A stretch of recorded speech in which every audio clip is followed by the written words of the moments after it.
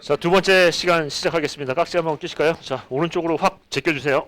예. 자, 왼쪽 하겠습니다. 예, 좋습니다. 자, 일단 시험 전에는 여러분께서 시험 문제를 손으로 많이 쓰시는 것도 중요하지만 이제 남은 기간 동안에는 이제 컨디션 관리도 중요하고 하니까 많이 이제 눈으로 보고요.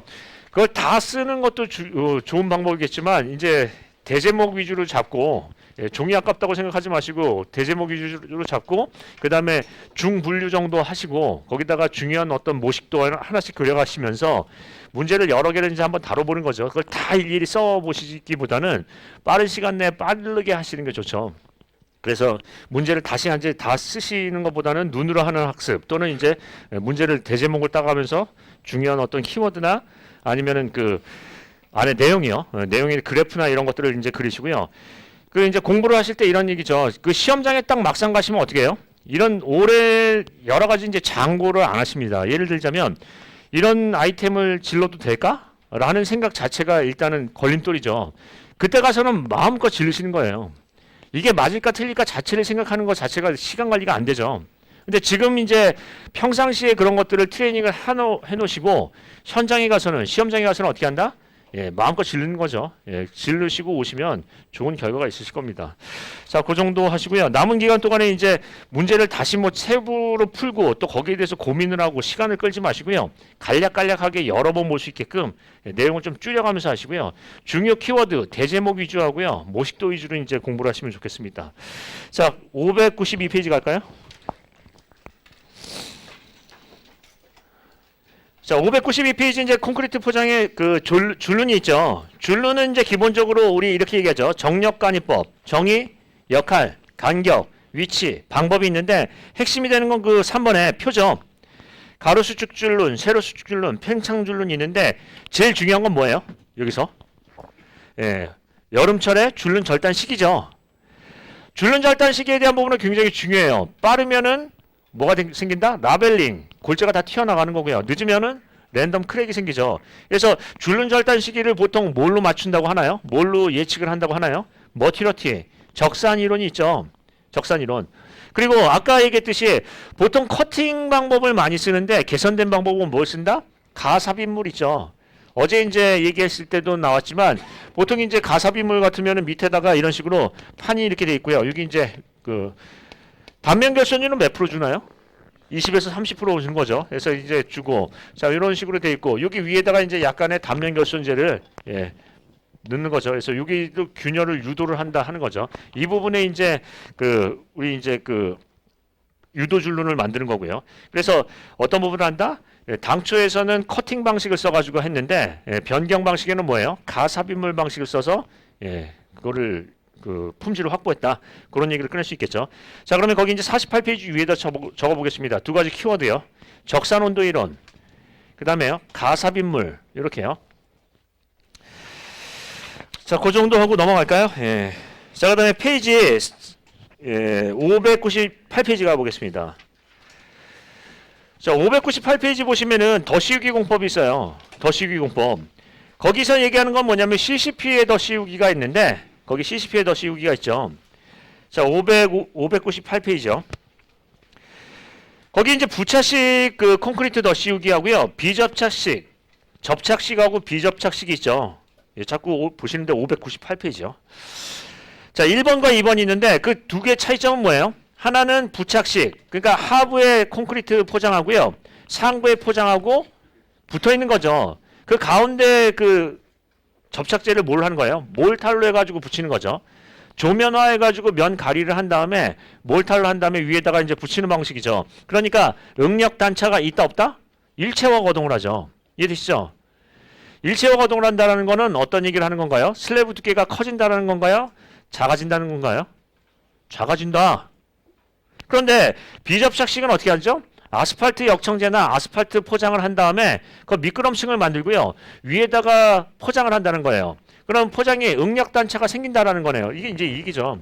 자, 이거는 이제 접착식은 여기 접착면에다가 면가리를 한 다음에 몰타를 하니까 얘가 포장해서 차린 나중에 작용하면 어떻게 된다? 응력 단차가 없고 위에서는 압축, 밑에서는 인장이 작용하는 압축과 인장이 작용하는 얘가 일체화 구조.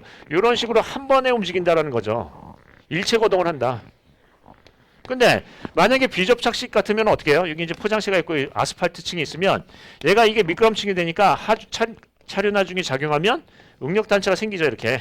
이게 무슨 얘기냐면 얘는 이렇게 휨을 거동을 하고 하부도 이렇게 휨 거동을 하니까 따로따로 논다는 거 아니에요. 그러면 접착식이 슬래브 두께가 커요? 아니면 비접착식이 커요? 비접착식이 크죠. 그러니까 얘는 비경제적이에요. 실은요. 이해되시죠? 근데 시공은 너무 쉽고요. 예, 그런 얘기예요. 그래서 거기 이제 보시면 페이지죠. 예. 자, 598페이지 거기 보시면 부착식과 비부착식 또는 접착식과 비접착식이라고 얘기를 할 수 있겠는데 그게 어떤 특징이 있는지 차이점을 알 수가 있겠죠. 그래서 하나는 어떻게 하는 거예요? 부착식은 응력 단차가 없죠. 일체화 거동을 하고요. 예, 그 다음에 비접착식은 일체화가 분리 거동을 하기 때문에 응력 단차가 생기죠. 그러면 한번 보겠습니다. 둘 중에 반사균열에 대한 위험성은 어떤 게 더 커요? 반사균열은 응력 단차 이게 이렇게 생기면 반사균열이 안 생기죠. 이렇게 하면은 반사균열이 생기죠. 그러니까 얘는 반사균열에 대한 문제점은 있을 거예요. 이해되시죠? 근데 얘는 반사균열의 문제점은 적을 거예요. 맞나요? 안 그래도 포장체도 두꺼운데. 이해되시죠? 그러니까 일장일단이 있는 거예요. 장점도 있고 단점이 있다. 그런 얘기죠. 그래서 이런 부분에 대해서는 같은 내용이에요. CCP 위에 뭐 ACP를 더 CCP 위에 CCP를 더 씌우던 CCP 위에 ACP를 더 씌우던 ACP 위에 ACP를 더 씌우던 더시교육 공법에서는 어떻게 했다? 크게 그 접합 방식에 따라 어떻게 표현할 수 있어요? 예. 접착식과 비접착식으로 표현할 수 있겠죠. 그러면 이런 부분에서 뭐 반사균열이라는 별도 대제목을 잡을 수도 있고요. 개념 이해하시겠죠? 그 개념만 이해하시면 돼요. 그래서 이거 두 개 하면은 만약에 이렇게 나왔다. 부착식 콘크리트 더 씌우기 하고요. 비접착식 콘크리트 더 씌우기 하면은 어떤 부분을 별도로 강조를 해요? 하중 전달 방식 또는 거동 방식이요. 일체화 거동한다, 분리 거동한다. 그게 핵심이죠. 예, 그것만 이해하시면 돼요. 자, 그다음에 599페이지로 갈까요? 예, 그루빙. 자, 그루빙 옆에 뭐가 있어요? 타이닝. 자, 보통 이제 경화전에 빗자루로 쓸어내듯이 하는 게 뭐예요? 그게 타이닝. 예, 그 다음에 이제 나중에 경화 후에 우리가 얘기하는 커터로 긁어내는 걸 뭐라고 한다? 그루빙이라고 얘기하죠. 자, 그라인딩과 그루빙 우리 이제 타이닝과 그루빙 많이 얘기했었는데 여기서 중요한 키워드가 뭐죠? 완더링이라고 있죠. 완더링. 완더링이 뭐예요? 이 고속 주행하면 어떻게 된다?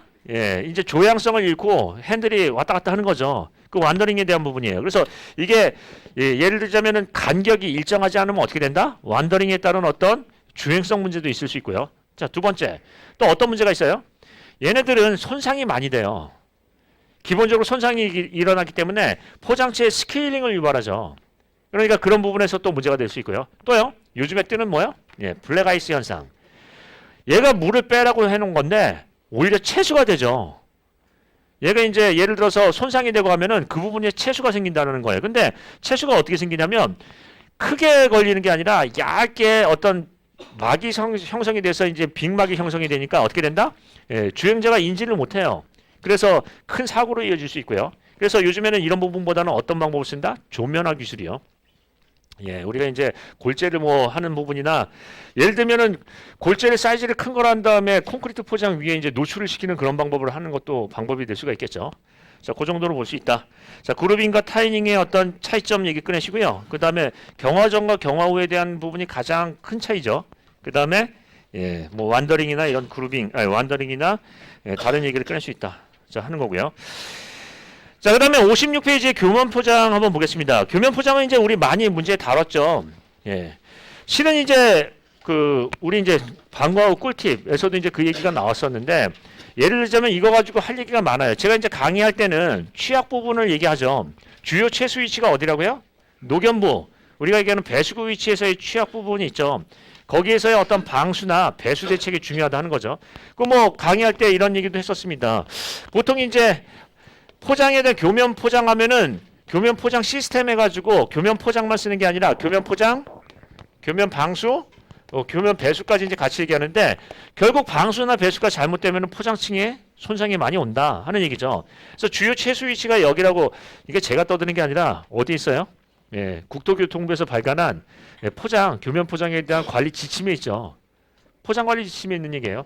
자, 그래서 여기 이제 채수가 생긴다 하는 거죠. 그래서 어떻게 한다? 여기 이제 방수막을 이렇게 해서 여기 위까지 올린다라는 거예요. 보통 포장층에 상부층과 하부층이 있는데 그 위로 올린다. 이런 걸레바지처럼요. 자, 그런 부분이 있고요. 또 하나는 어떻게 해요? 여기 이제 포장 그 내배수를 이렇게 하는데 이렇게 하면 어떻게 된다? 포장에 이제 물이 안에 기어 들어가서 문제가 생길 수 있으니까 어떤 부분을 하는 거예요? 여기다가 구멍을 뚫어 이게 이제 그림이 이렇게 돼 있지만 이게 좀 높겠죠. 여기다가 배수 구멍을 뚫어서 배수 홀을 만들고 여기다가 물바지를 만들어 가지고 이렇게 해서 뭐 한다? 포장 외배수를 하죠.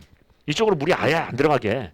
이런 방법으로 해서 여러 가지 이제 기능을 확보하는 방법도 얘기를 꺼낼 수 있고요. 자, 그 다음에 또 어떤 얘기를 꺼낼 수 있어요? LCC 포장에 대한 어떤 유지관리 방법을 얘기를 꺼낼 수 있어요. 보통 이제 요즘에는 어떻게 해요? 방수층과 포장층을 따로따로 하는 게 아니라 일체화하는 거죠. 보통 어떤 얘기를 한다? LMC 또는 구스 아스팔트 포장을 얘기를 하고요. 그런 부분이 LCC 측면에서 유리하다. 우리 이제 설계 비용, 시공기 비용, 유지관리 비용, 폐기 처리 비용까지 같이 본다면은 이게 더 유리하다 해가지고 그거를 VLCC 이런 얘기를 꺼내서 요 교면 포장에서는 구스 아스팔트 포장이나 LMC가 더 나을 수 있다라는 얘기도 꺼낼 수 있겠죠. 항상 어떤 얘기를 한다?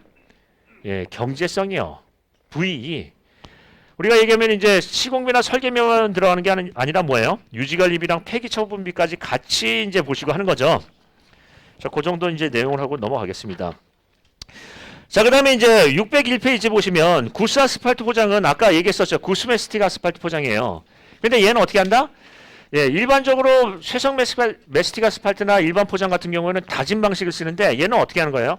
쿠커로 끓여가지고 그냥 흘려넣는 방식이죠. 유동으로 해가지고 유동해서 흘려넣는 방식이에요. 그러니까 다진 방식이 아니고요.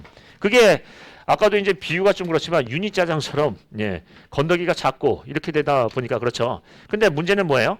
굉장히 고열이니까 강상판에 열 변형을 유발할 수 있어요. 이해되시죠? 그리고 열 변형을 유발한다는 것도 얘기를 꺼낼 수 있겠지만 얘가 뜨거우니까 어떻게 된다? 그 밑에 기름이나 녹이나 이런 것들이 제거가 안 되면 기포가 발생하고 그 부분이 뜨죠. 그걸 우리가 뭐라고 부른다? 블리스터링. 그래서 이런 부분에 대한 문제가 있어요. 자, 예를 들자면 한번 보겠습니다. 열 변형이나 그 강상판의 어떤 영향을 열응력을 유해한 응력을 발생시킬 수 있다고 한다면 그거를 막을 수 있는 방법은 어떻게 하나요? 첫 번째 어떻게 해요? 중온화 기술. 이거 꼭 끓여야 돼요? 우리 기술이 있잖아요. 연화제 이런 걸로 해가지고 할 수도 있는 거 아니에요? 예를 들자면 가열식 말고 중온화 기술도 쓸 수 있는 거 아니에요? 두 번째 어떤 방법이 있다? 거기에 접착층을 까는데 접착제 자체를 단열재로 까는 거예요. 좀 이해하기 쉽게 하면 뭐예요? 스티로폼 같이 생긴 것들을 접착제를 접착 성분에서 거기다가 부어내면 열 차단 효과와 접착 효과를 낸다는 거죠. 그런 어떤 개선 방안도 제시하고 있어요. 얘가 가장 큰 문제는 뭐예요? 온도다 하는 얘기죠. 이해되시죠? 자, 구스 아스팔트 포장의 온도 문제와 개선 대책 얘기 꺼낼 수 있나요? 있죠. 자꾸 어떤 얘기를 한다? 문제를 발췌하고요. 대안을 제시한다. 기술사는 뭐라고 했죠? 기술사 학회장이 뭐라고 했나요? 기술사는 현장에서 발생 가능한 문제를 발췌하고 실제 적용 가능한 대안을 제시할 수 있는 사람 이렇게 얘기했죠. 문제를 발췌하고요. 적용 가능한 대안을 제시하세요. 그게 기술사다. 자, 넘어가겠습니다. 자, 그렇게 보시고요. 쭉 넘어가서 포장에 대해서는 이제 반사균열 605페이지 이제 반사균열이 있는데 이거는 이제 반사균열보다는 나중에 어떤 얘기에서 꺼낼 수 있다 방금 얘기했듯이요.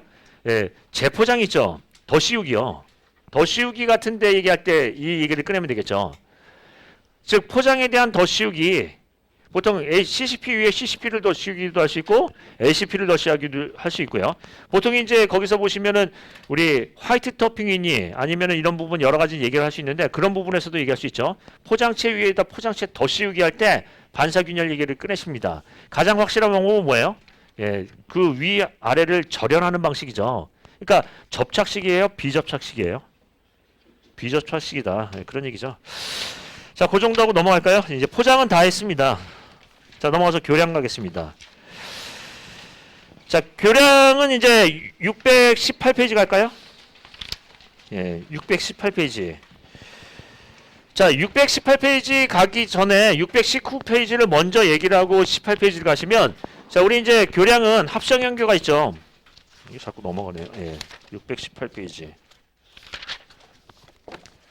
자, 합성연교가 있어요. 합성연교. 합성연교는 어떻게 분류를 할 수 있나요? 예, 합성연교는요. 예, 뭐 분류는 전합성이냐, 예, 반합성이냐, 반합성이냐, 뭐 이렇게 얘기할 수 있고요. 또요, PF 합성이냐, 예, 또는 PS 합성이냐, 이렇게 얘기할 수 있어요. 제일 많이 나오는 거는 전합성과 반합성이에요. 이해되시죠? 전합성을 우리가 뭐라고, 얘는 이제 뭐라고 해요? 사중합성형. 얘는 사중과 활화중합성형이라고 하죠. 예, 그렇게 해서 이제 보시는 거예요. 그럼 예를 들어서, 자, 여기 이제 교각이 이렇게 있고, 교각 밑에다가, 예, 이제 지지대가 있고요. 지지대가 있고, 그 다음에 동바리를 설치한 다음에, 여기다가 거푸집을 설치를 하고, 여기다 콘크리트 슬래브를 이제, 거대한 콘크리트 슬래브를 쳤어요. 친 다음에, 얘를 지지대를 빼면은 어떻게 된다? 여기 밑에 판과 형이 있죠.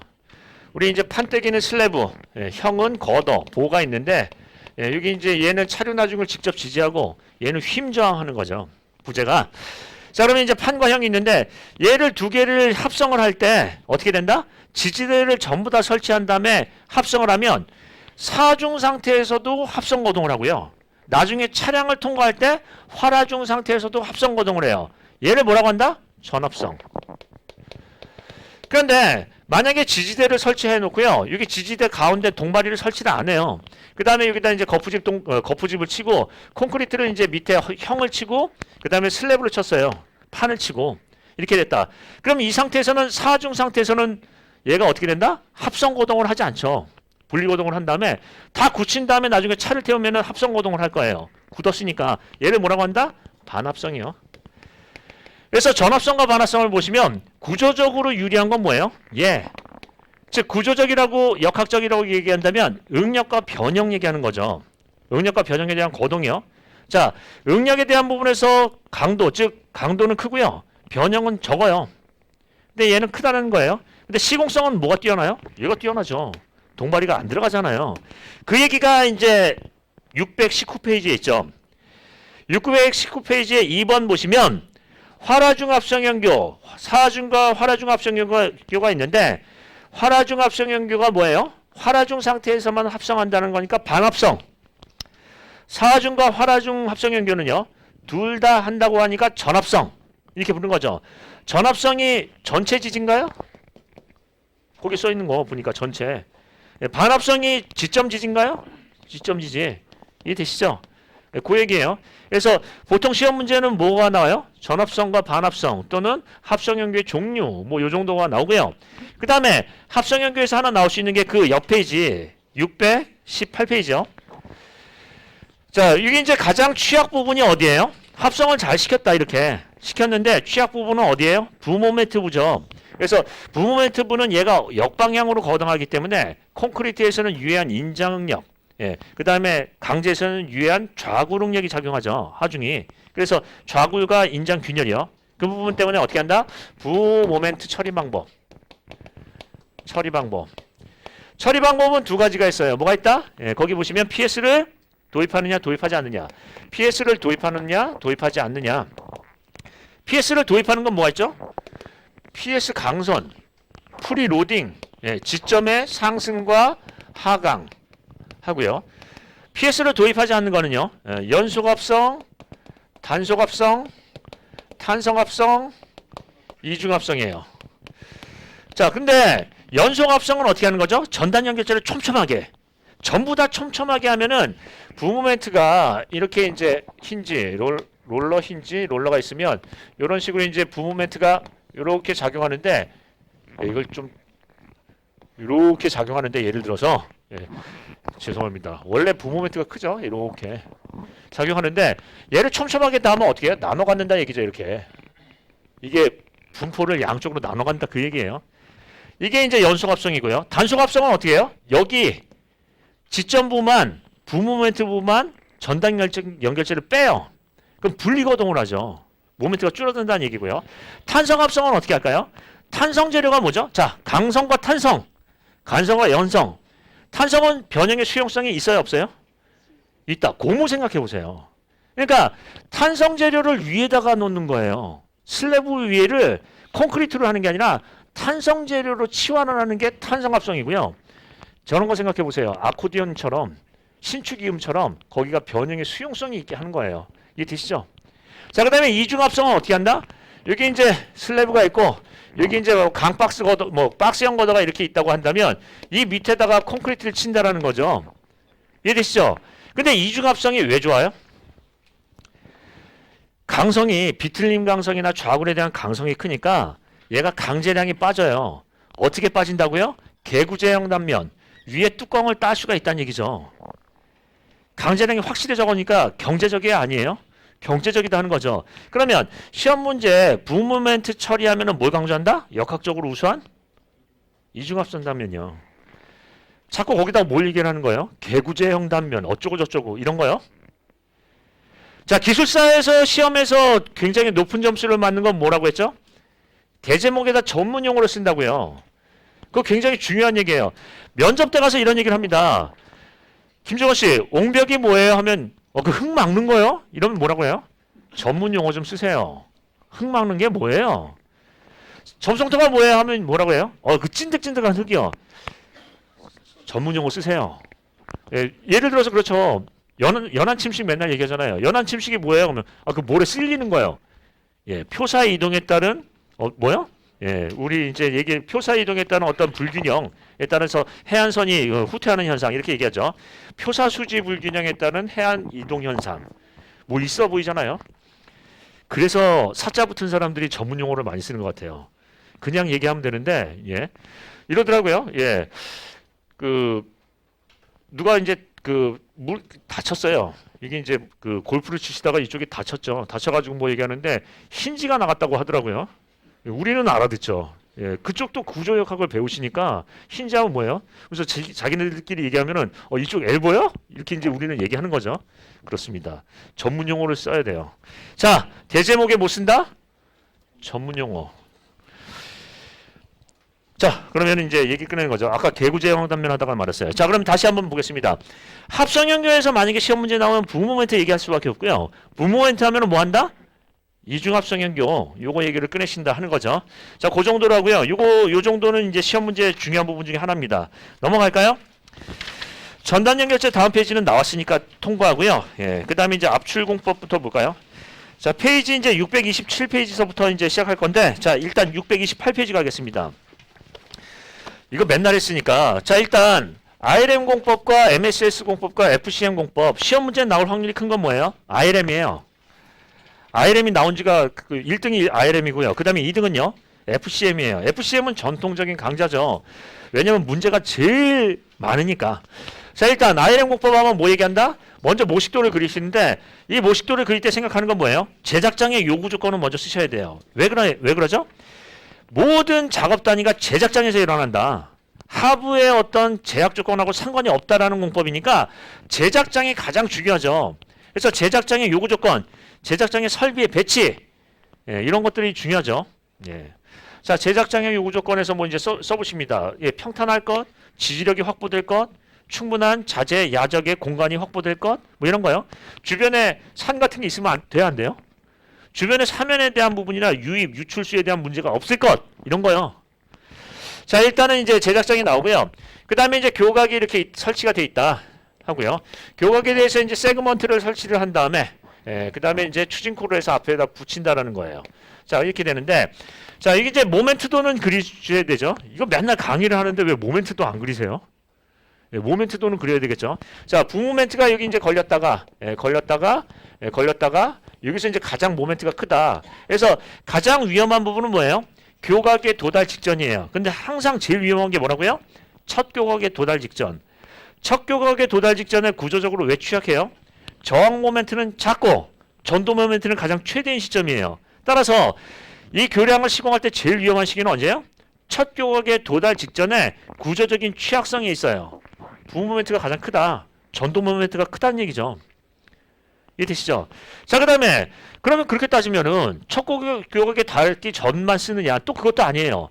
자, 만약에 얘를 압출해서 민다라고 한다면 일반적인 직선 구간이 위험할까요? 곡선 구간이 위험할까요? 곡선 구간이 위험하죠. 곡선 구간에는 뭐가 생긴다? 부발력이 생겨요.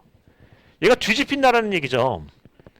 그래서 그 예를 들자면 우리 압출 장치 롤러가 있잖아요. 롤러에 뒤집히는 현상이 있을 수 있으니까 곡선 구간 압출 시에 전도 문제 얘기를 꺼낼 수도 있어요. 맞나요?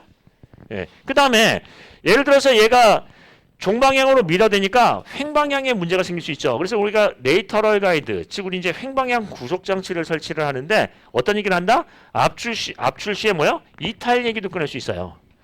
자, 그런데 여기 이제 한번 강조해 보시면 이 추진코가 또 얘기를 하자면 산업안전보건법 또는 건진법에 따라서 건설기술진흥법에 따라서 우리 구조물에 대한 검토하는 게 있죠. 세 가지가.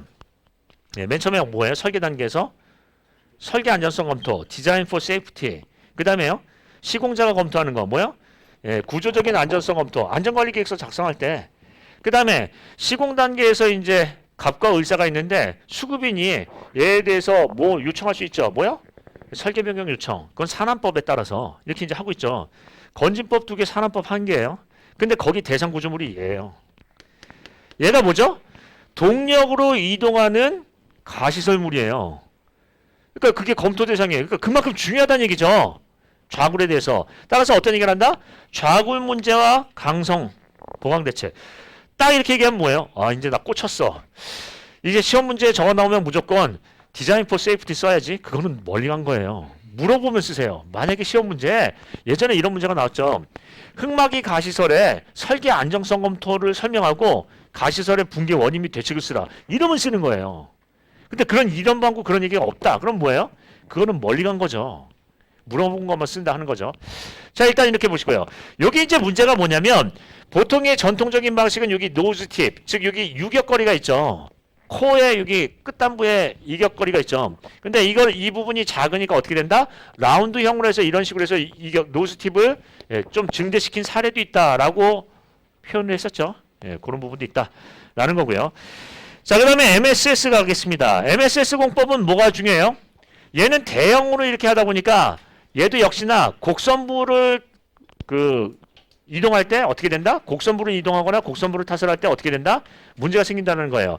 기본적으로 대형으로 이동식 동발이라고 하는 거는 그 밑에다가 레일을 깔고 동발이를 스판 바이 스판으로 이제 움직이면서 한 번에 타설한다는 거예요. 그러니까 이 타설화 중에 제일 크다라는 거거든요. 다른 공법보다. 근데 이게 타설화 중에 크다는데 일반적인 부분보다는 어떤 부분에 문제가 있을 수 있다? 곡선부 타설할 때 전도 문제가 있을 수 있다는 얘기죠. 그래서 곡선부 타설할 때 전도 문제와 안전대책 이런 얘기도 꺼낼 수가 있겠죠. 이해되시죠? 그런 얘기를 꺼낼 수 있다 하는 거고요. 그 다음에 FCM 공법 보겠습니다. 자, FCM 공법은 여러 가지가 있을 수 있는데 가장 큰 건 뭐예요? 불균형 모멘트예요. 자, 이게 한번 보겠습니다. 우리 FCM 공법을 이제 따지다 보면은 여기 이제 FCM 공법이 이렇게 있으면 여기 또 FCM 공법이 있고 여기 또 FCM 공법이 있어요. 그러면 모멘트도가 어떻게 되냐면 여기 부모멘트가 걸리고 또 부모멘트가 걸려요. 이렇게 부모멘트가. 근데 이제 나중에 이거를 폐합을 하면 어떻게 된다? 폐합을 하면은 얘가 모멘트가 이제 평형을 균형을 이루면서 부모멘트 이렇게 하고요. 정모멘트, 부모멘트 이렇게 해서 이렇게 이제 모멘트의 재분배가 일어나죠. 요 연결하는 요거를 우리가 뭐라고 한다? 키세그라고 하는데 키세그의 공학적인 의의가 뭐예요? 세그먼트의 공학적인 의의가 얘를 키세그먼트를 연결하면 모멘트의 재분배가 일어나죠. 모멘트의 재분배가 일어나고요.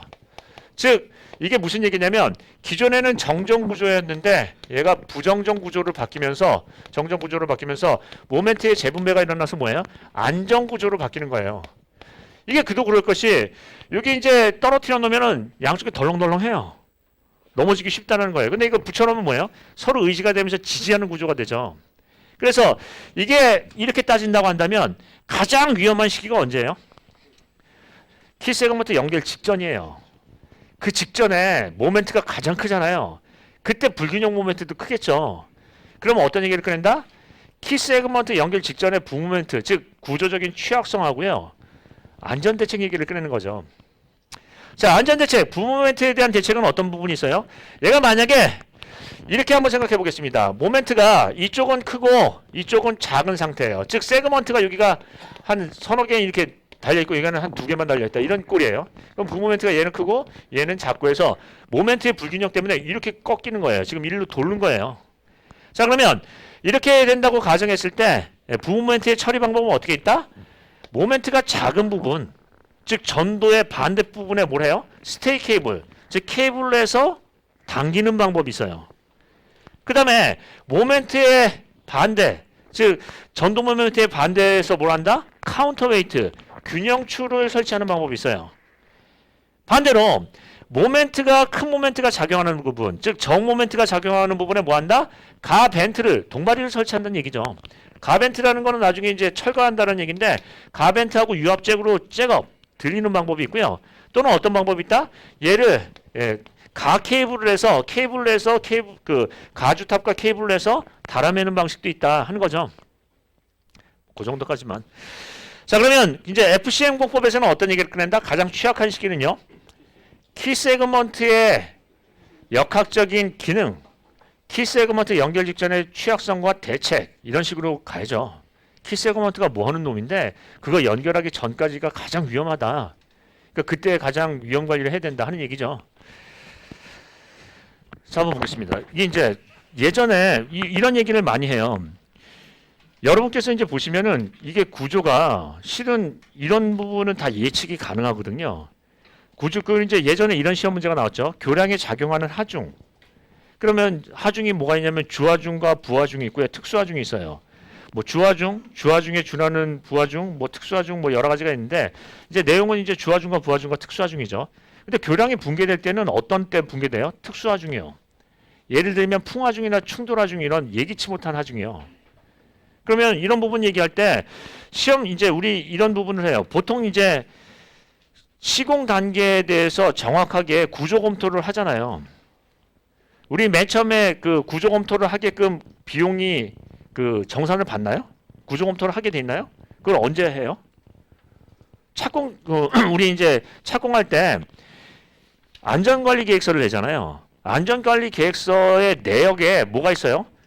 구조안전검토 비용이 들어가 있다고요. 가시설물이나 이런 것들에 대한 구조안전검토 비용이 들어가 있다고요.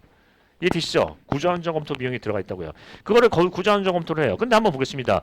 실제로 그 구조안전검토를 하는데 실제 공사는 그대로 해요? 아닐 수 있죠. 만약에 장비를 한 대 된다고 했는데 두 대 될 수도 있고요. 아니면 공법을 바꿀 수도 있고요. 시공 순서를 바꿀 수도 있어요. 이런 식으로 현장의 어떤 시공 상황이 바뀌게 되면 구조 검토를 재검토를 하고 재확인을 받아야 돼요? 안 해야 돼요? 해야죠. 중요한 거는 뭐냐면 계획 단계에서 하는 게 중요한 게 아니라 실시 단계에서 재확인하는 거예요. 예전에 우리 계획했던 대로 그대로 하고 있다. 아니다. 안 하고 있다. 재검토하고 있다. 이걸 해서 해야지. 그게 안 되니까 항상 사고 나는 거 아니에요.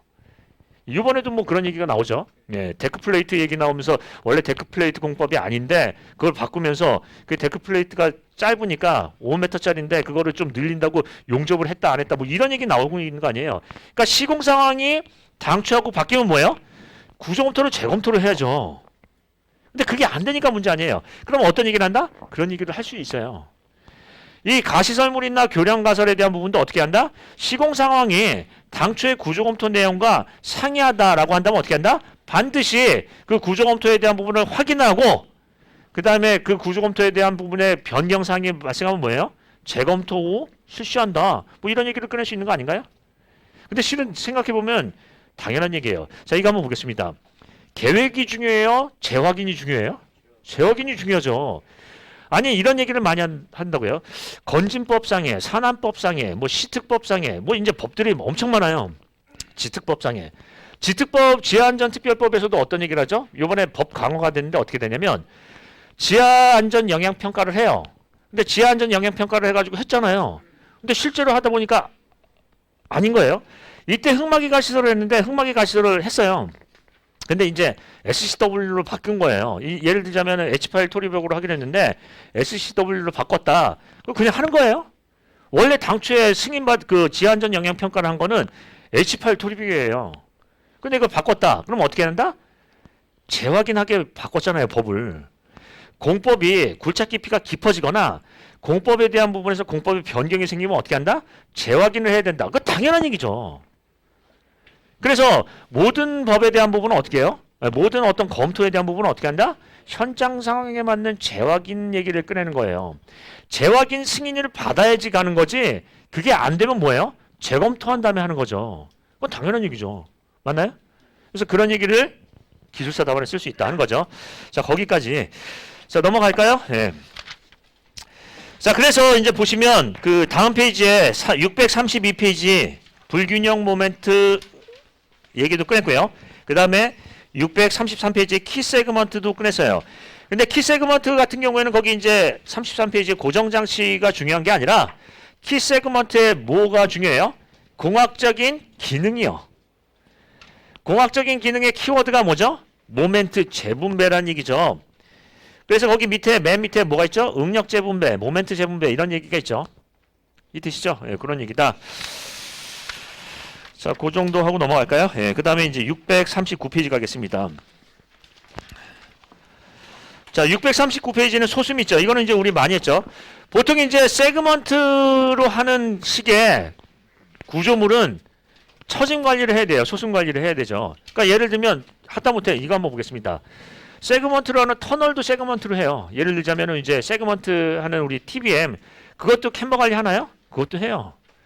기본적으로 처짐이나 캠버 관리는 세그먼트로 하는 연결해서 조립식으로 하는 거는 전부 다 해야 돼요.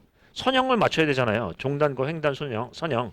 자, 일단은 이제 보겠습니다. 보통 이제 우리 PSC 교량, 세그먼트 교량이 있는데, 자, 소슴을 얘기하기 전에 먼저 뭘 얘기를 해야 된다? 처짐이에요. 처짐. 처짐에서는 뭐가 있어요? 순간적 처짐, 즉 탄성 처짐이 있고요. 시간 의존적 처짐이 있죠. 순간적 처짐, 이른바 탄성 처짐 하고요. 시간 의존적 처짐이 있어요.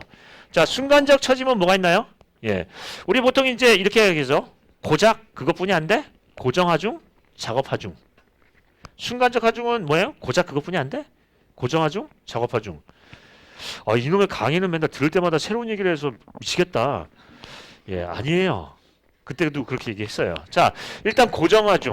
고정하중은 뭐가 있나요? 콘크리트 자중, 또요 거푸집 하중 이렇게 하는 거잖아요. 예, 그 다음에 작업하중은 뭐가 있죠? 작업하중은 작업원, 작업 장비. 예, 우리가 얘기하는 또 인력에 대한 부분이 있고요. 장비에 대한 하중이 있죠. 자, 이런 것들을 다 해가지고 하는 게 뭐예요? 그게 순간적인 탄성 처짐이에요. 자, 그 다음에 시간의 조적 처짐은 뭐가 있다? 콘크리트에서의 시간의 조적 처짐이 있고 강선에서의 시간의 조적 처짐이 있는데 얘를 뭐 한다? 온도, 건조 수축, 크립이 있고요. 얘는요, 릴렉세이션. 이렇게 하죠. 그러면 이렇게 해서 처짐이 다 구해졌다 하면 처짐의 역방향으로 준 것을 뭐라고 한다? 캠버예요. 그러니까 우리가 이제 목표 선형이 이렇게 있잖아요. 딱 이제 수평으로 이해하기 쉽게 얘가 목표 선형이에요. 그러면 얘가 처짐이 이렇게 생길 거 아니에요. 예상 처짐이.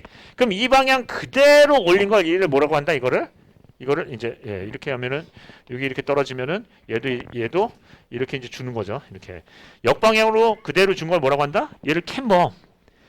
근데 캠버를 세그먼트마다 하나씩 그 조정을 하죠. 한 번 주고 예를 들어서 목표 선형이 있으면 처음에는 이만큼 올렸는데 많이 쳐졌다. 그 다음에는 더 올렸더니 덜 쳐졌다. 예, 또 올렸더니 이렇게 쳐졌다. 이거 점점 맞추는데 요 각각의 처짐, 세그먼트별 처짐을 캠버 관리를 뭐라고 한다? 프리캠버. 자, 그러면 요 부분에서 이제 소슴 관리, 그 캠버 관리가 굉장히 중요한데 캠버 관리가 가장 중요한 시점은 뭐예요? 역시나 키 세그먼트 연결 직전이에요. 그때 폐합이 돼야 되죠. 그때 완전히 캠버가 어떤 수정이 안 되고 하면 어떻게 된다? 캠버 수정이 안 되면 거기서는 이제 문제가 생기는 거죠. 그러니까 캠버 수정에 대한 부분은 실은 세그먼트별로 계속 맞추다가 맨 마지막에 키 세그먼트에서는 맞아 떨어져야 돼요. 이해되시죠? 자, 그런 얘기죠. 자, 그러면 시험 문제 캠버라고 얘기하면 뭐부터 얘기를 꺼내셔야 돼요? 처짐부터 꺼내시고 그 다음에 단계별 캠버 관리를 해요. 자, 근데 한번 보겠습니다. 보통 이제 캠버 관리는 여기 이제 보통 일반적으로 캠버 관리는 뭘로 해요? 처짐으로 하잖아요. 처짐. 근데 사장교 같은 경우는 이렇게 보시면 이게 이제 사장교가 있고 여기 이제 차장교의 구조가 어떻게 되냐면 주두부가 있고 세그먼트가 이렇게 붙어 있어요. 붙어 있고 이제 케이블이 주 케이블이 이렇게 붙어 있다. 예를 들어서 이렇게. 그러면 실은 캠버 관리를 할 때 뭐냐면 하나는 처짐으로 캠버 관리를 하기도 하고요. 얘 장력으로도 캠버 관리를 해요. 얘를 케이블을 당겨 가지고 조정할 수도 있고 이 처짐으로도 관리를 할 수 있어요. 보통 이런 경우가 이제 특수한 경우가 있는데 어떤 게 더 캠버 관리를 할 때 우선이 될까요? 그거는 이래요. 보통 이 케이블에 대한 그 강성이 큰 거 같으면은 케이블 장력으로 캠버 관리를 하고요. 이 부재 슬래브의 강성이, 즉 우리가 얘기하는 거더의 강성이 큰 구조물은 처짐으로 캠버 관리를 해요. 그러니까 무슨 얘기냐면 장대교 같으면 케이블의 그 구조적인 의존도가 커요. 케이블이 당겨주잖아요. 그러니까 장대교는 뭘 한다? 장력으로 보통 해요. 그리고 처짐은 보조적으로 가고요. 이게 조금 짧으면요. 그 경과장이 짧으면요. 그러면은 처짐으로 가요. 이해되세요? 둘 다 비교를 하는데 어렵다. 그럼 그만. 없는 걸로. 자, 넘어가겠습니다. 자, 그래서 캠버는 시험 문제 잘 나와요. 처짐과 캠버, 처짐 관리 또는 캠버 관리 이렇게 하고요. 적어도 IRM 공법 하면은 캠버 관리 정도는 나와야 되겠죠. 예, 중요하다. 그러면 뭐 FCM은 아니에요? FCM도 마찬가지예요. 일단 세그먼트 들어가는 거는 캠버 관리가 중요하다. 자, 그렇게 하고요. 그 다음에 이제 640페이지 보겠습니다. 640페이지는요, 교자장치 옆에다가 쓸까요? 부발력 대책. 부발력 대책. 예, 그 정도요. 요거는 나왔으니까 통과하겠습니다. 과감하게 통과하고요. 쭉 넘어가서 신축이 음장치 갈까요? 648페이지. 자, 648페이지. 여러분 이제 신축이 음장치 나오면 뭐 쓰실 거예요? 일체식 교대교량 써야죠. 일체식 교대교량이 나올 수밖에 없는 거죠. 안 그래도 학퀴즈도 나왔는데. 자, 그러면 일체식 교대교량은 어떤 부분이 있죠? 우리가 이제 보통 얘기하면은 무조인트 교량, 예, 조인트 교량 또는 일체식 교대교량, 교대교량 하는데 얘는 뭐예요? 말 그대로 조인트, 신축이음에다가 그 초점을 둔 거고요. 얘는 교대에다가 초점을 둔 거예요. 둘 다 내용은 비슷하지만 어떻게 됐다? 얘는 조인트가 없다. 얘는 교대가 일체화 구조됐다. 라멘 구조다. 요 차이죠. 자, 그러면 일반적으로 신축이음의 기능은 뭔가요? 신축이음의 기능은 기본적으로 가장 주기능은 뭐예요? 2차 항력을 저하한다. 2차 항력을 저하한다라는 거예요. 즉 2차 항력을 제어한다는 거죠. 그러면 신축이음의 기능하면 뭐 2차 항력의 저하 이런 부분도 얘기할 수 있지만 교량의 뭐 유해 영역을 적게 하고 내구성을 뭐 확보를 하고 뭐 여러 가지 그 얘기를 꺼낼 수가 있겠는데 가장 중요한 기능은 이거예요. 그러면 일체식 교대 교량의 원리는 뭔가요? 원리는 2차 항력을 저항하는 원리죠. 그래서 어떻게 쓴다? 여기 이제 구조물을 단순하게 하면 교대 구조물이 있고 여기 이제 교각 그 우리 기초 구조물이 있다고 한다면 얘가 간결로 이렇게 돼 있다. 라멘 구조다라고 한다면 여기 이제 슬래브가 이만큼 돌출이 돼 있죠. 그래서 돼 있다. 그럼 자, 2차 항력의 저항의 원리는 어떻게 된다? 2차 항력이 발생하면 어떻게 저항해요? 첫 번째 1번 이 교대 강성, 교대 변형에 대한 저항성으로 버틴다. 2번 말뚝의 강성, 말뚝의 변형에 대한 저항성으로 버틴다 하는 거고요. 여기 이제 뒤체움토가 있으면 뒤체움에 뭐요? 수동저항, 수동토합으로 버틴다라는 거죠. 아무래도 다를 거예요. 위아래는. 실은 얘는 넙대대하니까 그 접촉 면적이 크고 얘는 그 수동말뚝 그 폭만 작용하겠죠. 뭐 일단 수동저항이 있고요. 그 다음에 뭐예요? 이 연장한 슬래브, 익스텐션 슬래브에 대한 마찰력으로 저항하죠. 여기서 안 잡히면 이제 여기다 이음을 쓰는데, 자, 이게 완전 일체식이고요. 반일체식은 어떻게 한다? 요 밑에다가 뭘 둔다는 거예요? 신축이음을 둔다라는 거죠. 그런 부분이 있어요. 그러면 반일체식과 일체식을 볼 때 어떤 게 장대교에 더 유리해요? 반일체식이 유리하겠죠. 왜냐하면 일체식은 2차 항력에 대한 저항의 범위가 예를 들어서 2차 항력이 크면은 이게 저항하기가 어렵죠. 그러니까 이 가장 큰 이 교량의 가장 큰 문제점은 뭐예요? 교량의 연장이에요. 연장이 크면 클수록 2차 항력이 커지기 때문에 연장에 분명히 한계가 있죠. 그런 부분 얘기할 수 있어요. 자, 그래서 이제 이 교량을 이렇게도 표현해요. 보통 이제 일체식 교대 교량 또는 무조인트 교량을 뭐라고 표현하냐면 일체식 예, 또는 반일체식 이런 교량도 있고요. 좀 특수식도 뭐가 있죠? 슬래브 익스텐션, 슬래브 연장식이요. 슬래브 익스텐션. 원래는 이게 슬래브가 없는 거죠. 원래는. 근데 뭐가 있다? 슬래브 익스텐션 구조물도 있고요. 또는요. 심리스. 심리스는 뭐죠? 심이 이제 조인트 얘기하는 거거든요. 심이 없다. 조인트가 없다라는 거죠. 조인트레스 얘기하는 거예요. 심리스 교량. 그렇게도 분류를 할 수 있다. 그 정도까지만요. 자, 일단 일체식 교대 교량의 시험 문제가 나오면 뭐부터 얘기해야 돼요? 기존 신축이음의 기능, 신축이음의 문제점. 신축이음이 이런 역할을 하는데 이게 문제가 크다 해서요. 어떻게 해요? 예, 신축이음에 대한 기능과 문제점을 얘기 꺼내고 그 다음에요. 이착력 저항원리라고 얘기를 꺼내셔야 되겠죠. 이해되시죠? 그렇게 하고 요번에 학회지에는 뭐가 나왔었죠? 하나 더 나왔죠. 뭐야? 기존 교량의 일체화하는 게 있었죠. 기존 교량 자체를 이걸 신설 교량만 하는 게 아니라 그 소규모 교량 같은 경우도 어떻게 한다? 일체화해서 거기다 콘크리트 쳐바르는 거 얘기했었죠. 그래서 그런 부분도 얘기했죠. 그래서 거기서는 일체식 교대 교량을 어떻게 구분을 했나요? 신설과 기존 교량으로 구분했어요. 물론 뭐 일체식이냐 반일체식이냐 차이점인데 결국은 어떻게 했다? 신설이냐 아니면은 기존이냐 뭐 이런 부분도 있죠. 그러면 이거 만약에 일체식 교대 교량 얘기하면 어떻게 해요? 신설만 생각하지 말고 기존의 소교량이나 이런 부분에서도 어떻게 한다? 일체화 공법 얘기를 꺼낼 수가 있겠죠. 이해되시죠? 예, 그래야지 학회지 읽은 것 같죠? 자, 그 정도 하고 넘어가겠습니다. 이제 다음 갈까요? 예, 암반. 자, 암반은 예, 주양과 경산이 파쇄되는 넘어가고요. 이거 뭐 너무 많이 했으니까 예, 넘어가고요. 예. 조금 많이 가겠습니다. 자, 제어 발파 갈까요? 676페이지. 자, 676페이지 가시면 제어 발파가 있죠. 제어 발파의 종류는 뭐가 있죠? 자, 일단은 발파하고 폭파의 차이점이 뭐라고 했죠? 그러니까 이런 얘기는 쓰셔도 좋아요. 자, 이렇게 얘기합니다. 보통 이제 우리가 얘기하면 발파와 폭파의 차이점 하면 뭐예요? 발파는 시설물 보호 개념이고요. 폭파는 시설물 해체 개념이에요. 근데 나트륨공법에 의하면 시설물은 어떤 것까지 들어가는 거예요? 원지반. 원지반 자체의 지보 능력을 극대화해서 그 자체를 지보로 쓴다라는 거예요. 그러니까 원지반이 지보 시설물이에요. 그러면 나트륨공법에 이런 얘기를 꺼냅니다. 어떤 논리적으로 쓴다고 한다면 제어 발파 이렇게 시험 문제가 나온다면 어떻게 해요? 폭파와 발파의 차이점, 제어 발파의 기본 원리 하는 거죠. 원지반을 보호한다. 여구를 최소화하고 전리를 최소화한다 하는 게 기본 원리란 얘기죠.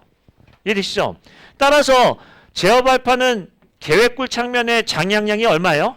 일단 100%가 아니다 하는 거죠. 자, 그래서 거기 보시면 이제 LGPCS 하죠. 자, 라인 드릴링, 프리 스플리팅, 쿠션 블라스팅, 스무스 블라스팅이에요. 라인 드릴링은 장량량이 얼마예요? 0이다. 최종굴 창면이 있고 장향량이 그러니까 우리가 이제 제1열, 제2열 해서 뭐 이게 최종굴 창면, 최종굴 창면. 그래서 발파를 이렇게 이제 나간다고 한다면 이 최종굴 창면이 뭐예요? 0. 그럼 바로 100 하면 안 되잖아요. 50, 100 이렇게 되는 게 라인 드릴링. 그러니까 가장 뭐예요? 면이 여굴이 적다. 당연하죠. 장향이 없으니까 여굴이 난리가 있나요? 그럼 반대로 얘기하면 뭐예요? 발파효율은 제일 별로다. 이게 장점이 있으면 단점이 있는 거죠. 이해되시죠? 자, 그 다음에 프리스플리팅은 어떻게 한다? 50%에서 100%, 100%에서 역순 발파하는 거죠. 먼저 여기를 전리면을 깎아 놓으면 어떻게 된다? 장향량을 치면 여기만 전달이 되는 거죠. 파가 여기 위로는 안 가는 거죠. 여기 전리면을 먼저 불연성면을 해놨으니까 여기에 발파라면 여기서 발파라면 어떻게 된다? 이 발파에 대한 충격압이 여기까지만 간다는 얘기죠. 그러니까 전리면은 불연성면을 먼저 만들고 들어간다는 거예요. 근데 문제는 뭐예요? 얘가 이제 50%하고 100%, 100% 하니까 발파율은 굉장히 좋아요. 근데 비싼. 이쪽으로 거꾸로 튄다는 얘기죠. 이해되시죠? 네, 그렇게 하고요. 쿠션 블라스팅은 말 그대로 쿠션이에요. 쿠션. 쿠션은 빈 공을 만드는 거예요. 즉 무슨 얘기냐면 장약이 있고 장약이 없고 장약이 있고 장약이 없고 이렇게 있고 없고 하는 거죠. 그럼 여기가 쿠션이 될 수도 있고요. 이거는 종방향이고요. 깊이로 볼까요?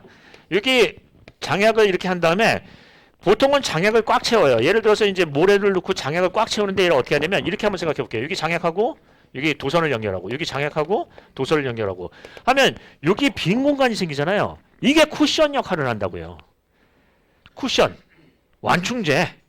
이해되시죠? 그래서 쿠션 블라스팅은 뭐예요? 퐁당퐁당이에요. 퐁당퐁당. 이해되세요? 이렇게 퐁당퐁당 할 수도 있고요. 이렇게 퐁당퐁당 할 수도 있고요. 자, 스무스 블라스팅은 뭐예요? 전부 다 장약량을 아주 정밀 장약. 시험 발파를 한 다음에 뭐 38%, 42% 이런 식으로 하는 거죠. 이게 정밀 장약이에요. 이해되시죠? 쿠션 블라스팅은 뭐가 문제예요? 이 발파면이 매끄럽지가 않아요. 왜냐하면 퐁당퐁당이니까 덜 나오고 더 나오고 이렇게 되겠죠. 아무래도. 특히나 90도 코너브나 이런 데는 정말 별로예요. 이해되시죠? 근데 스무스 블라스팅은 뭐예요? 제일 면이 매끈할 수도 있다. 뭐 이런 거. 자, 그러면 이제 거기 내용을 보시면 676페이지에 기본적인 제어 발파 방법에 대해서 제어 발파에 대한 기본적인 개념, 원리 이런 얘기를 1페이지에 쓰시고 그 다음에 각각에 대한 종류하고 특징을 쓰는데 그 장약에 대한 개념만 이해하시면 특징은 비슷하게 쓰실 수 있을 거예요. 자, 일단 라인 드릴링은 거기 보시니까 677페이지에 최종굴 측면의 장약량이 얼마다? 맨 왼쪽 보니까요. 빵이네요. 빵. 없어요. 검은색이 없네요. 그 다음에 검은색이 있는데 한 50% 하네요. 왜냐하면 장약량을 확 늘리면은 그러면은 거기다 0으로 한 이유가 없죠. 자, 그 다음에 프리스플리팅은 어떻게 한다?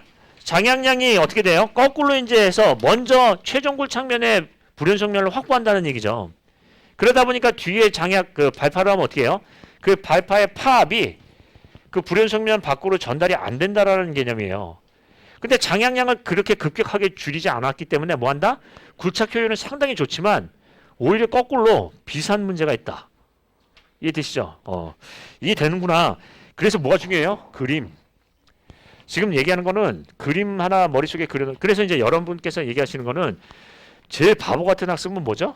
텍스트 갖고 계속 읽는 거예요. 읽다 안 외워지면 뭐예요? 앞글자를 따서 외운다. 막 말도 안 되는 걸로요. 그게 제일 바보 같은 학습 방법이고요. 제일 좋은 학습 방법은 뭐죠? 연상식 학습 방법. 실은 그게 제가 얘기한 게 아니라 옛날부터 있었던 얘기죠. 머릿속에다 그림 그리면서 하는 거예요. 그것만 되면은 이해가 빠르죠. 가지를 칠 수 있다 하는 거죠. 연상식 학습 방법. 자, 프리 스플리팅은 그렇고요. 거기 이제 쿠션 블라스팅 679페이지 한번 볼까요? 거기 가운데 그림 보니까 어때요? 장약이 있고 없고 하네요. 보이시나요? 예. 그렇게 수직 방향으로 있고 없고 할 수도 있고요. 옆에 그 인접공을 비웠고 채웠고 비우고 채우고 할 수도 있어요. 그게 무슨 얘기냐면 완충제 역할을 하는 빈 공을 만든다라는 거죠. 그게 뭐예요? 쿠션 블라스팅. 근데 쿠션 블라스팅의 가장 큰 문제점은 뭘까요? 그 절취면이 제일 요철이 심해요.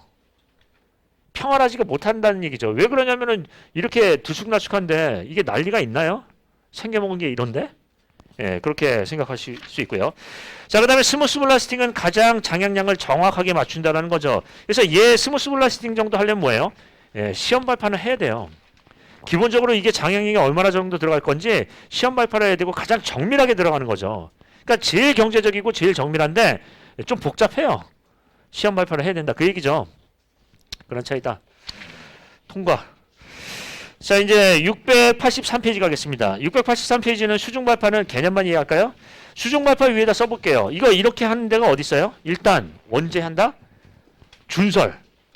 우리 준설하면은 토사 준설도 하지만 안반도 깎아내죠. 그러니까 항만 준설할 때 수중 발파 들어가나요? 네, 안반 굴착할 때 쇠함선 아니면 발파 아니에요. 그 다음에요. 케이싱 기초할 때.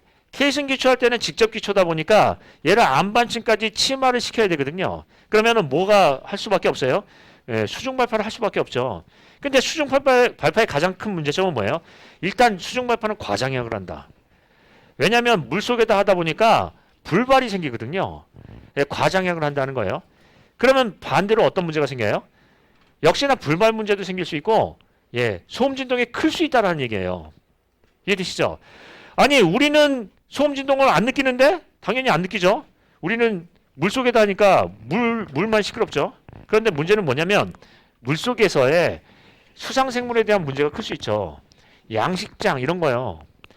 거기다 빵 터뜨렸는데 이게 공사 잘 됐는데 옆에 보니까 양식장에 전부 다 그 도다리가 배를 보이고 있어요. 그럼 다 물어줘야죠. 그래서 그런 부분이에요. 그래서 어떤 얘기를 한다? 주변에 영향범위 평가 같은 것들도 해봐야 되겠죠. 그리고 진동 제어 방안. 그래서 뭘 한다? 버블 커튼 얘기 하셨죠? 버블 커튼 같은 걸 하면 어떻게 된다? 예, 진동을 제어할 수 있다. 자, 수중 발파의 종류 세 가지만 하고 가겠습니다. 어떻게 해요? 여기 이제 발파 대상에 대한 안반이 있다고 한다면 1번, 2번, 3번 발파죠. 그래서 어떻게 해요? 여기 위에서 하는 걸 뭐라고 한다? 현수 발파. 즉 위에다가 이렇게 매달아서 장약을 해서 발파를 해서 간접으로 때리는 거죠. 그 다음에 뭐가 있다? 부착 발파. 여기다가 장약을 한 다음에 여기다 복토를 하는 거예요. 덮어가지고 발파를 시키는 거죠. 그 다음에 세 번째 뭐예요? 천공 발파. 여기 구멍을 뺀 다음에 여기다가 밑에다 장약을 놓고 때리는 거죠. 천공 발파에서 세 가지 발파 유형이 있어요. 그 위치에 따라 뭐가 있다? 현수 발파, 매단다. 부착 발파, 붙인다. 천공 발파, 뚫는다. 쉽네요. 자, 수중 발파가 가장 큰 문제점이 뭐라고요? 불발, 과장약이요. 안전상의 문제가 있다 하는 거고요. 자, 그 다음에 다음 페이지 684페이지 가겠습니다. 발파 시공의 대책은 세 가지로 가셔야 돼요. 대책은요. 어떻게 해요? 발생원, 전파 경로, 수진자. 세 가지죠. 소음 진동이나 마찬가지로 뭐든지 마찬가지로 발파는 어떻게 한다? 발생원에서의 대책, 매질, 전파 경로에서의 대책, 수진자의 대책 이렇게 표현할 수 있죠. 자, 그 정도만 하고 넘어갈까요? 예. 자, 그 다음에 687페이지 편합은 하도 많이 했으니까 넘어가겠습니다. 요거는 이제 우리 넘어가겠습니다. 자, 페이지 몇 페이지로 가시냐면요. 페이지 692페이지 갈까요? 자, 692페이지 보시면 가축지보제가 있죠. 요거는 우리 어디서 쓴다고 했나요? 대심도, 과지압이요. 도심지 터널도 있을 수 있고 산악 터널도 있을 수 있어요. 도심지 터널은 대심도 터널이 분명히 있죠. 그러니까 과지압, 대심도 이런 얘기를 하면 뭐 얘기를 해요? 어떤 문제가 있을 수 있다? 스웰링, 슬래킹, 스퀴징 문제가 있죠. 스웰링은 토사 구간에서, 슬래킹은 전리가 발달한 파쇄대 구간에서 슬래킹. 그 다음에 스퀴징, 이거는 이제 이암 이런 부분이죠. 스퀴징. 락버스팅도 있고요. 자, 그럼 스퀴징 이런 거예요. 자, 그러면 이런 부분은 뭐냐면 변형이 상당히 크다라는 거예요. 즉 어떤 과지압 때문에 내공 변이가 상당히 작아진다는 얘기죠. 그러면은 지보가 어떤 방법을 한다? 자, 예를 들어서 과지압이다. 대심도다면 과지압에 대한 대책은 두 가지로 접근할 수 있어요. 뭐 한다? 압력이 생기면, 응력이 생기면 어떻게 해요? 응력에 저항하거나 저하거나. 즉 과지압에 대해서 어떻게 해요? 저항하는 방법이 있고요. 과지압을 저하하는 방법이 있어요. 아니면 변형이 크다라고 한다면 변형에 대해서 뭐 한다? 변형을 저항하거나 변형을 저하하거나 뭐 이런 거요. 예. 자, 일단 이 내용을 보시면 변형을 수용하거나 이렇게 하겠죠. 그래서 보통 이제 과지압에 대해서는 어떤 방법을 써요? 지압이 비교적 작은 경우에서는 어떻게 한다? 강성을 증지시키는 지보. 즉 강성지보를 하는 거죠. 그러니까 예를 들자면 뭐 하는 거예요? H형 강지보제요. 근데 만약에 굉장히 크다고 하면 뭐예요? 그거는 변형을 수용할 수 있는 변형성 지보죠. 얘는 뭐예요? 유형 가축지보제 얘기하는 거죠. 이해되시죠? 그런 얘기다. 이거 몇 번 했었으니까 넘어가겠습니다. 그래서 가축지보제는 언제 얘기한다? 변형성 집안이요. 과지압 이런 데서 꺼낸다 하는 거죠. 그렇게 갈까요? 자, 그래서 거기 보시면 694페이지에 터널의 강지보에 대한 형태가 있는데 거기에는 뭐가 빠졌죠? 가축지보가 빠졌죠. 터널 강지보제 이런 얘기 많이 나와요. 자, 보통 이제 삼각형 격자지보제를 이렇게 설치를 하면 이렇게 이제 설치를 한다 이거예요. 이렇게 이제 설치가 됐어요. 되면 이렇게 되면 얘를 쇼크레이트를 치면 어떻게 되냐면 쇼크레이트가 이렇게 좀 과장을 하자면 이렇게 생긴다고요. 이렇게 여기가 이렇게는 안 돼도 이렇게 해서 공극이 생긴다고요. 여기를 타설하면 여기가 타설이 잘 안 된다는 얘기죠. 원래는 보통 H형 강지보재 같은 경우에는 어떻게 된다? 이렇게 돼 있으면 타설을 하면 여기가 타설이 되고 여기는 공극이 생기는 거예요. 이렇게. 여기가 채워지지 않는 거예요. 타설을 이렇게 쏟아 보니까. 그래서 얘를 격자지보재를 했는데 격자지보재를 엄밀히 하면 어떻게 된다? 여기가 이렇게 생긴다는 거예요. 그래서 개선한 어떤 지보재는 어떻게 해요? 강관을 이렇게 대고요. 여기에 연결재가 있어서 강관이 이렇게 돼 있는 거예요. 이렇게 생긴 거예요. 이렇게. 이게 연결재가 이렇게 붙었어요. 그럼 얘는 쇼크리트 치면 어떻게 해요? 이렇게 붙겠네요. 이게 되시죠? 그래서 이 강지보재의 가장 큰 문제점은 뭐죠? 배면 공극이에요. 얘가 완전히 집안하고 쇼크리트하고 일체화가 딱 돼서 붙어야 되는데 이 형상이 생긴 게 별로다 보니까 어떻게 된다? 배면에 공극이 예기치 않게 생기죠. 그래서 이런 부분 때문에 여러 가지 계량형들이 많이 나오는데 시험 문제에 만약에 터널의 강지보 얘기하면 뭐예요? 배면 공극 얘기 쓰는 것도 좋은 방법 중에 하나예요. 이해되시죠? 아, 그렇다. 피곤하신가요? 예. 예, 제가 이제 예전에 저도 이제 강의를 들으러 다녀요. 이게 이제 많이 들어야지 얘기를 드릴 수 있으니까 좋은 교수님이 좋은 얘기를 하시면 뭐예요?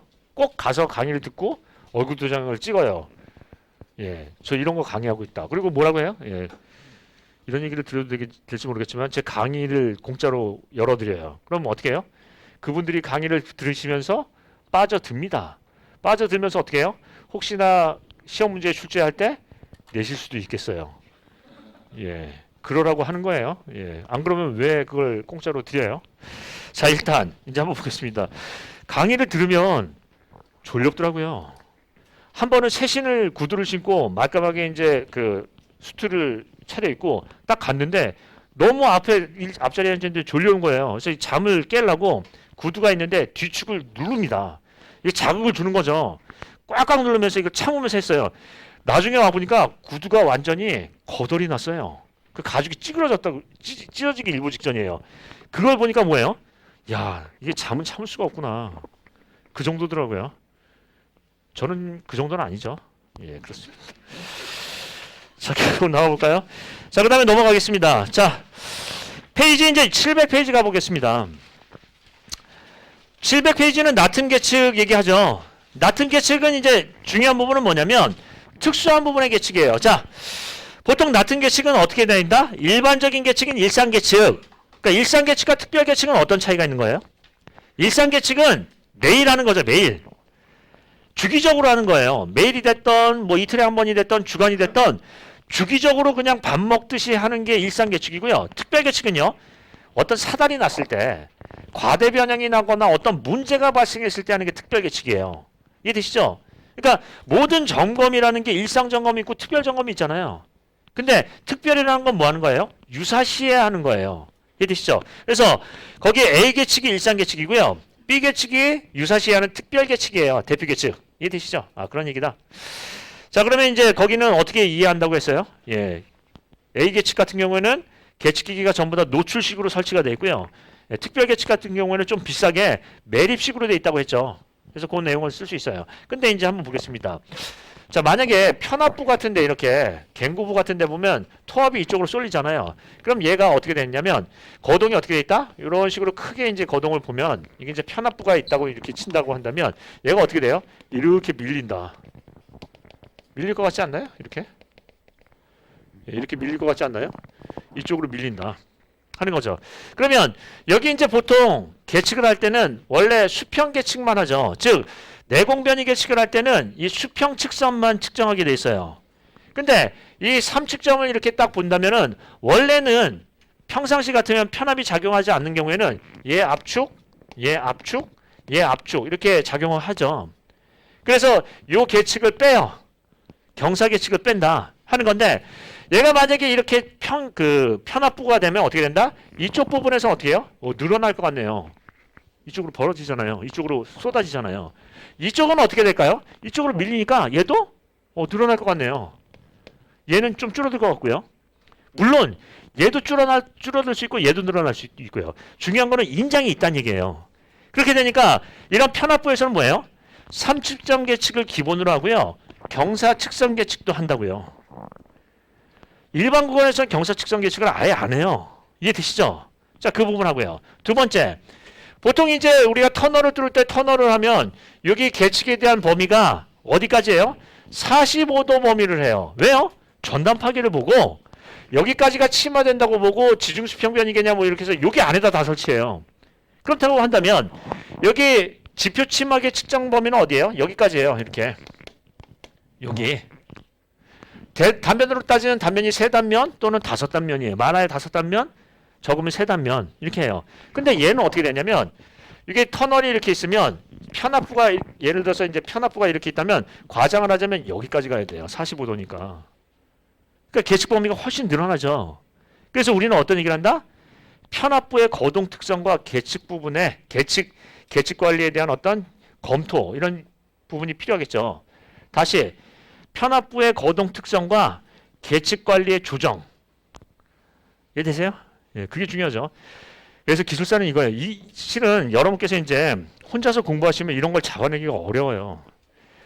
맨날 보면은 뭐죠? 그냥 A 계측, B 계측 얘기하고 끝나죠. 그리고 뭐 하면은 계측에 대해서 뭐 이런 거나 그리고 말죠. 뭐 이렇게 해가지고 관리 한계선에서 뭐 이거면은 뭐고 이거 뭐 이런 거나 그리고 말죠. 이해도 안 되는 거. 근데 한번 생각해 보겠습니다. 실무에서는 특별 위치에 대한 계측이 더 중요하거든요. 저런 데보다. 그리고 저런 기준이 어디에 처박혀 있는지를 봐야 되는데 그걸 누가 한다? 제가요. 그러니까 그 대신을 해서 여러분께서 이제 편하게 하실 수 있겠죠. 자, 계속 얘기하지만 어떤 얘기를 꺼낸다? 중점 관리 대상, 위치, 시기 이런 것들을 잡아내서 중점 관리를 꺼내는 거예요. 어떤 걸 관리한다? 편압부에서의 계측 위치의 조정이요. 자, 그런 얘기를 꺼낸다. 그래서 서울시에서도 뭐 그런 얘기를 했었죠. 우리 학회지에서도 있고 지침도 바뀌었다고 얘기를 했는데, 자, 뭐 어떤 얘기를 한다? 흙막이 계측을 할 때도 어떻게 해요?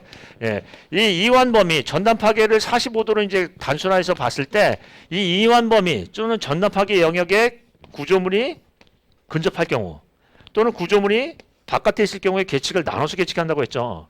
그래서 이제 계측을 이렇게 딱 보신다고 한다면 어떻게 한다? 이게 밖에 있을 경우 1번 케이스 같은 경우는 어떻게 해요? 벽체 계측 위주로 가고 벽체도 다 하는 것도 아니에요. 근데 만약에 2번으로 하면 뭐예요? 경사계 균열기 계측이 붙고요. 벽체 계측에서도 조금 더 붙는 게 있죠. 즉 지중수평변이계 말고 벽체 경사계도 같이 붙는다고요. 근데 이거는 서울시 의견일 뿐이에요. 서울시에서의 지침일 뿐이고요. 실은 따지면 어떻게 되냐면 이완범위 내냐 왜냐에 따라서 계측을 틀리게 본다는 얘기죠. 이해되시죠? 그러니까 시험 문제에서 만약에 그런 게 나오면 뭐예요? 지침 얘기를 하는 것도 중요하지만 어떻게 해요? 이걸 이완 영역에 따라 나눠서 계측을 달리해야 된다면서 안을 제시하는 거예요. 이해되시죠? 예, 그런 얘기다. 자, 그 정도 하고 넘어갈까요? 예, 넘어가겠습니다. 자, 그 다음에 이제 넘어가서 712페이지 요것만 하고 쉬었다 할까요? 712페이지 TBM 공법 가겠습니다. TBM 공법이 주변에 치마를 유발하나요? 안 하나요? 물론 나트륨은 유발을 좀 많이 해요. 소음 진동도 있고 집안 이완에 대한 영향도 있고. 그런데 그 쉴드 TBM도 문제가 있죠. 자, 쉴드 TBM에 지금 치마 얘기할 거예요. 자, 여기 이제 쉴드 TBM의 구성을 보면 여기 뭐가 있다? 헤드, 대가리. 여기 쉴드, 보호. 하고요. 그 다음에 여기 이제 유압 잭이 있고 뭐가 있어요? 여기 이제 세그먼트, 꼬리가 있죠. 세그먼트, 테일. 그래서 이게 이제 예를 들자면 이렇게 얘기하죠. 헤드, 바디, 테일, 머리, 가슴, 배 뭐 이런 거 식으로 머리, 바디, 몸통, 꼬리 있고요.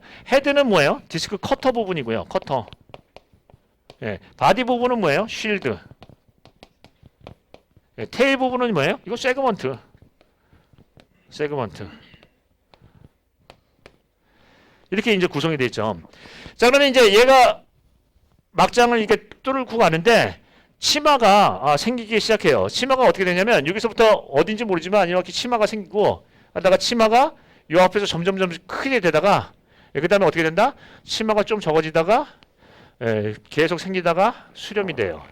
이 치마를 크게 이제 몇 가지로 나누는데 자, 이렇게 나누죠.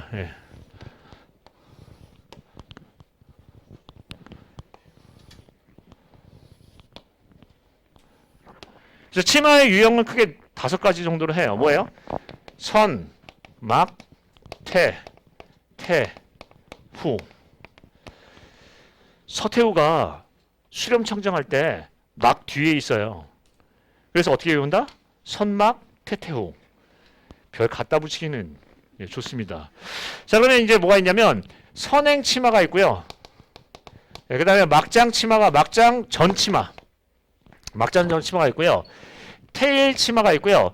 테일 보이드 치마가 있고요. 그 다음에 후방 치마가 있어요. 치마. 다 치마가 이제 앞에 붙어 있는 거, 뒤에 붙어 있는 거죠. 자, 선행 치마는 뭐 때문에 생길까요? 얘 가장 큰 요인은 뭘까요? 얘는 지하수 저하예요. 지하수 저하. 물이 빠지니까, 지하수가 빠지니까 저하가 생긴다는 거예요. 얘는요, 예, 응력 이완. 교란 때문에 생긴 거예요. 응력 이완. 이게 이제 우리 한번 보시면 한번 보겠습니다. 흑마기가 시설에서 주변 치마에 대한 가장 큰 원인 2가지는 뭐가 있죠? 벽체 변형에 의한 치마, 지하수의 저하에 의한 치마가 있어요. 벽체 변형은 벽체가 변형됨에 따라서 집안이 이완이 되는 거죠. 느슨해지니까 치마가 생기는 거고요. 지하수의 저하는 뭐예요? 지하수위가 떨어지니까 안밀치마가 생기죠. 보통 어떤 게 치마 영역이 더 넓어요? 지하수 저하요. 지하수가 더 넓게 번지죠. 당연한 거 아니에요? 어떤 게 더 치마가 더 커요? 이완이요. 다시 흑마기 가시설을 하는데 이게 벽체 이게 이제 주변에 치마가 일어나는데 벽체 변형에 의한 치마하고 원지하 수위가 떨어지면서 되는 치마 2가지가 가장 커요. 근데 벽체 변형에 의한 치마의 영향 범위는 어떻게 해요? 짧아요. 이제 우리가 그림을 그리면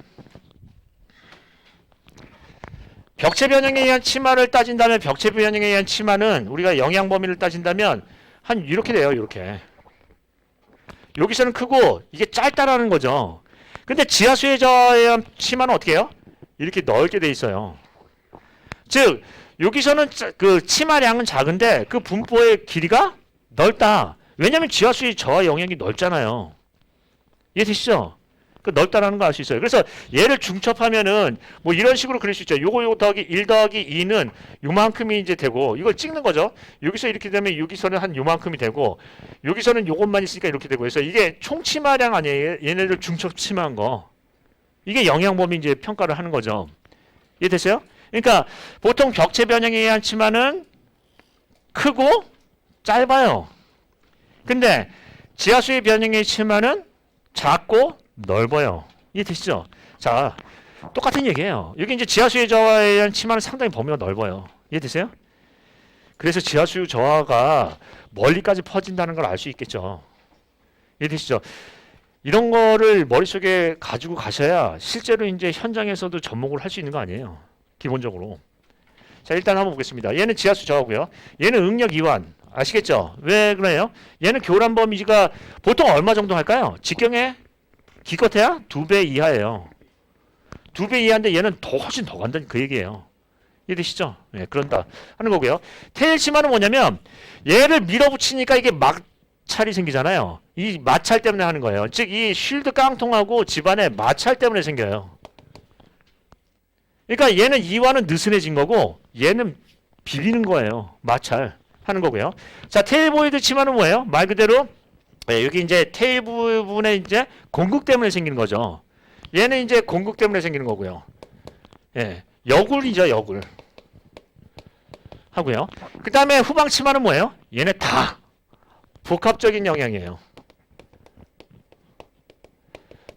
이해되시죠? 그러면 시험 문제 이런 거를 많이 얘기해요.